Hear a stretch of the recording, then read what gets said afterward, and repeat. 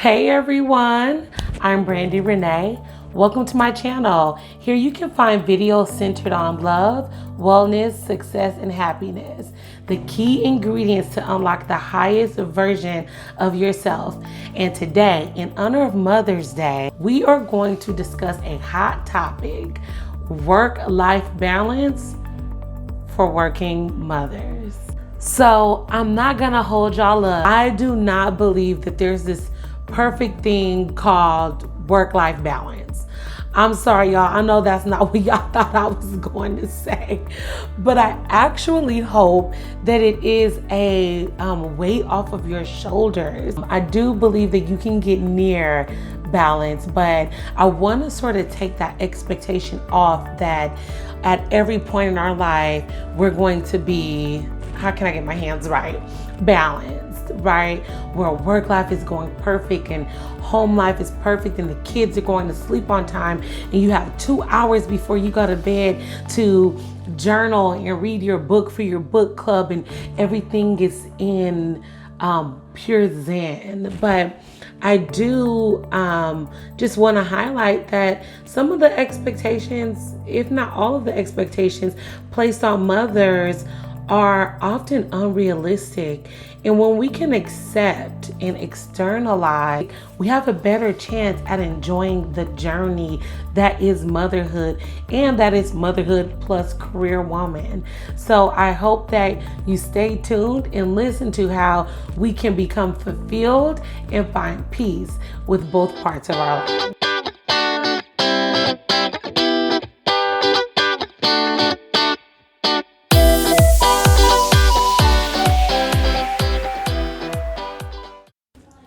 So my first tip is to create a morning routine. I know this is not the first time y'all have heard this, but this is a very important step toward feeling more balanced in your life.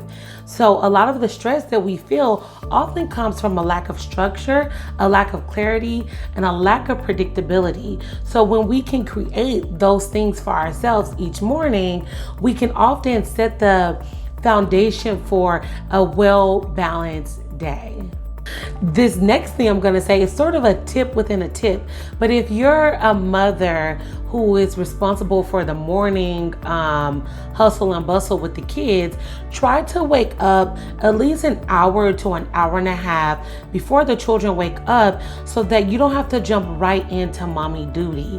Instead, you can take some time to just waddle in bed for a little bit, get yourself dressed, get yourself a cup of coffee, or my preference, a cup of tea, and just relax a little bit and get your mind ready and prepared for the day. So this next tip is to get organized. Now, I have been very famous at being extremely organized at work, or even when I was a student with my schoolwork, everything had a place. And that's probably also why I was very successful in that part of my life. But then at home, I'm kind of just so exhausted from being so organized at work or school that I kind of tend to let things fall apart a little. And so what I've learned over the years is by just taking the time to get organized at home, I just feel better about life in general. A cluttered space often equates to a cluttered mind. So by organizing our spaces and creating systems, we are in fact creating balance in a sense, and also creating less opportunities for us to get frustrated or to completely lose it throughout the day because we can't find things. We don't know how we're going to meet this deadline without this document that the deadline depends on.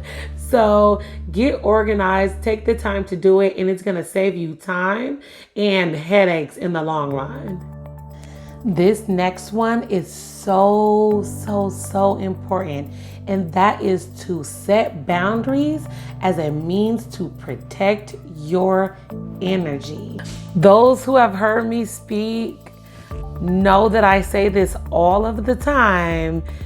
Time is that one resource that we cannot get back. I think it was Bishop T.D. Jakes who said, if you need to borrow money, you can find someone to borrow money from, but you cannot borrow time. How nice could that be? Like, hey girl, I need to borrow a couple hours because I didn't get enough sleep. But that's just not possible. So boundaries is an empowering tool that you can use to honor your feelings and honor your time when you are asked to do something. So one tool that I've been using to set boundaries is a whole body no or a whole body yes. So what I mean by that is that if my first mind says, no, I don't want to do this, it's going to complicate my life at this point. I just really am not interested, and my intuition is telling me no. It's a no. Guilt is never a reason, or never a good reason, to exchange your energy for an experience you're not interested in. This next tip is to set priorities. So we've already discussed that there's always going to be pressures and opportunities for our time to be spent on. But by setting priorities, we can better manage what we actually have time for. And you should always be number one on that list. I have been famous at creating a list for the week, a list for the month, goals for the year, and a list for the day. And most of the time I was not on that list at all, and I was really feeling it in my body, and I was feeling completely out of balance and out of alignment with myself. And so I started to put myself on that goal list. So as the old saying goes, you cannot pour into a glass from an empty container. And so if we're giving all of ourselves and we're not prioritizing ourselves, we are going to burn out. We are going to feel fatigued. We're going to feel that lack of alignment that I just talked about.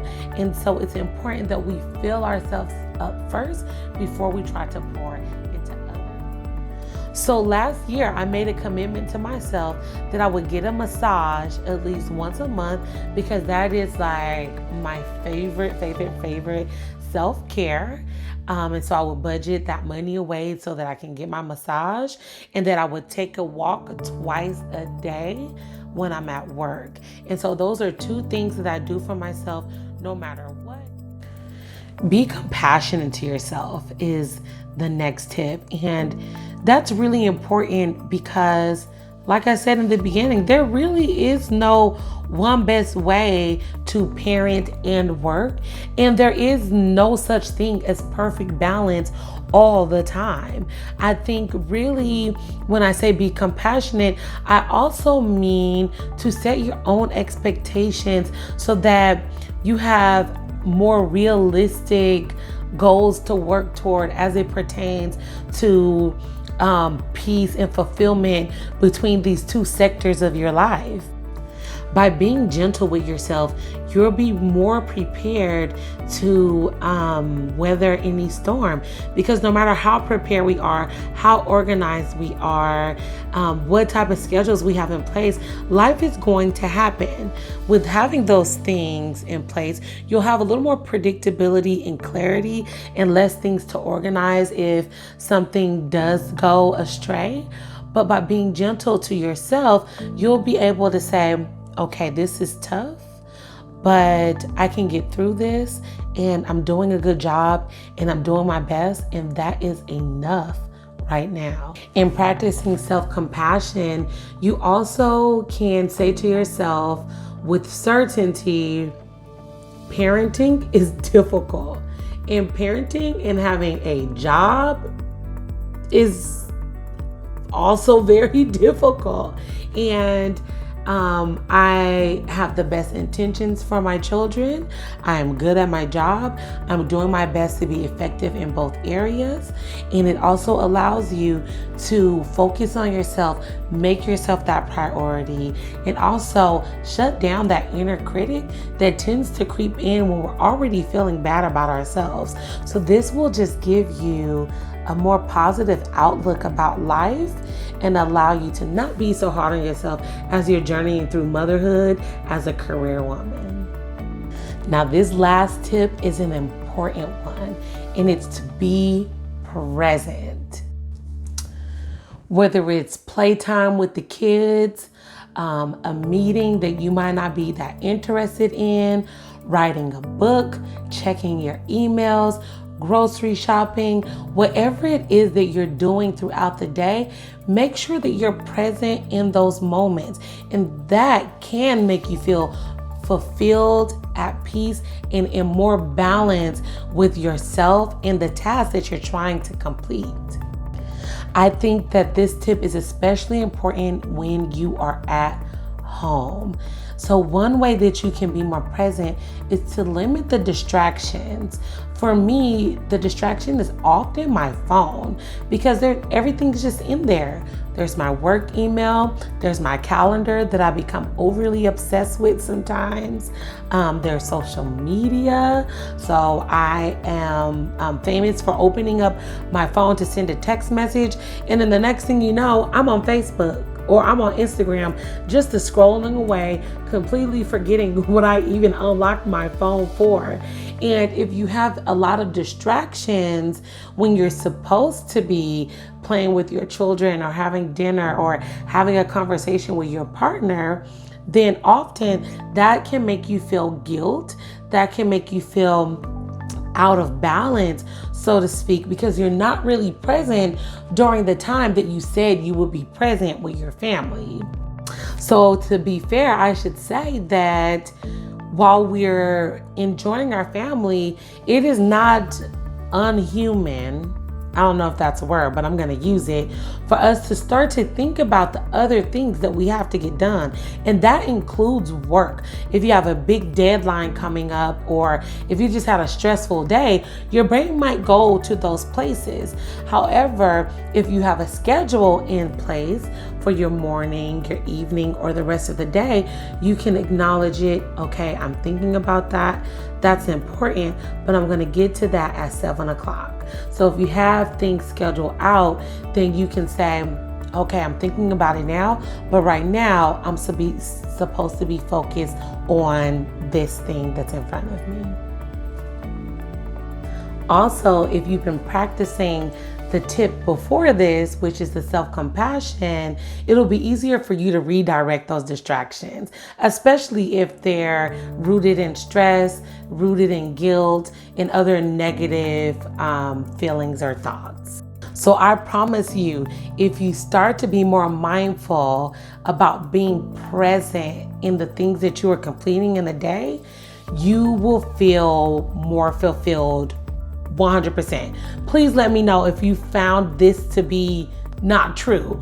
But what I found is even if I only have 15 minutes or 30 minutes to play Duplos or make believe with my baby girls, if I'm totally present, it feels much longer and we're all happy and pleased with the amount of time that we were able to spend together. This also helps us to be more productive in our work. So if we're present in our work, we're more likely to get things done and to get through our task list, which if you have a job sort of like the one that I have, where you're at work, but when you leave work is not actually over all the time, then if you're more present and productive when you're in the office or during your actual work hours, then you can be more present at home because you were more productive and you got things done and there's less for you to worry about. So in this video, we've discussed creating a schedule that you can be consistent with, getting organized, being present, setting boundaries as a means to protect your energy, setting priorities, and practicing self-compassion. So in the comments below, I want you to let me know two things. The first is to let me know which one of these tips you are going to implement within the next month. And I also want to know if there's anything else that you do to strike as close as a balance that you can get so that you have more peace and fulfillment in your life. If you like this video, please go ahead and give me a thumbs up. Don't forget to comment below, share the video, and do not forget to subscribe. That would allow you to know every time I upload a video, and I do upload every Sunday. Also, don't forget to take a look around the channel and see if there are any other videos that might resonate with you or help you as you journey toward unlocking the highest version of yourself. Until next time, wishing you continued light, love, and wellness. Bye.